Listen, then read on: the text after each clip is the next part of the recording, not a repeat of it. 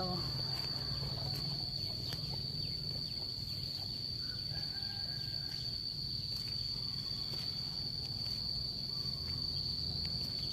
ตอนเช้าอากาศเย็นเย็นทุกคน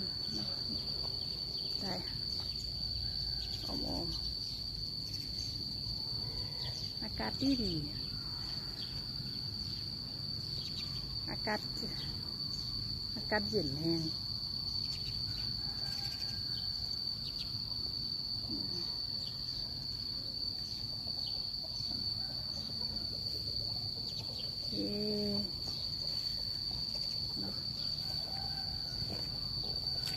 เป็นอย่างกลับเร็วเนาะ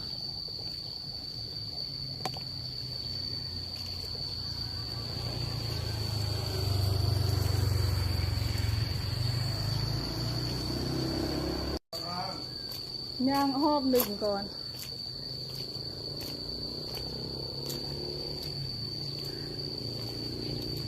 ย่างหัดวัด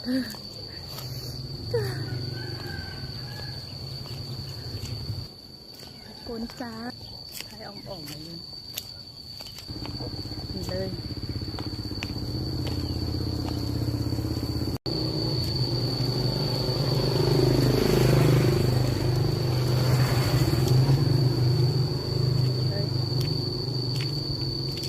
แคมทางรถจะหลังนิดนึงทุกคนไปจ้า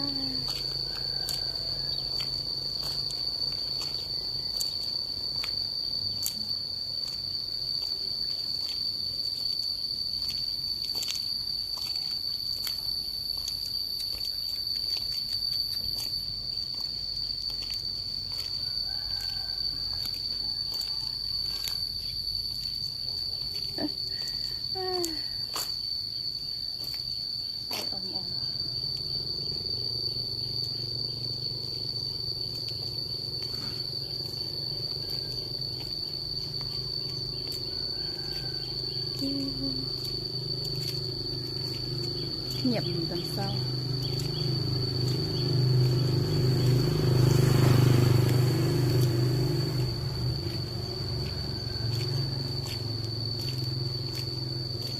เป็นอย่างหอดวัด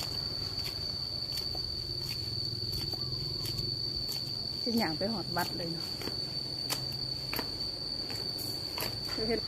เนาะ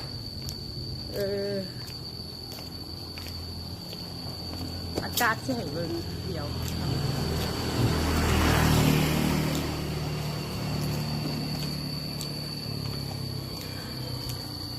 สบายดีเด้อทุกคนทักทายเนาะอากาศตอนเช้าจะเป็นแบบนี้เนาะอากาศตอนเช้า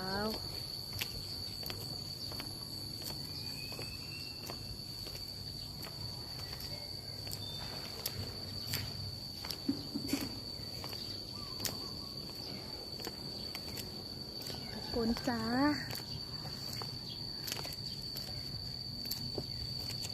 ไทยอ่อมๆมาเลยเนาะเขาใส่บาตรตอนเช้าแล้วเนาะแต่ว่าเขาเป็นอย่างออกกำลังกายเนาะทักทายได้จ้าทุกคนสบายดีตอนเช้าเด้อเนาะ ตาตุ่นอันนี้งามๆนี่เลย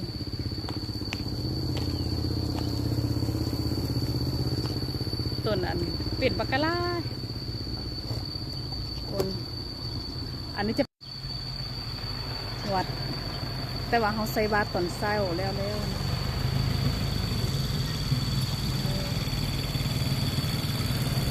จ้าคนไม่ตอนเช้าเลยนะฝนคือจะตก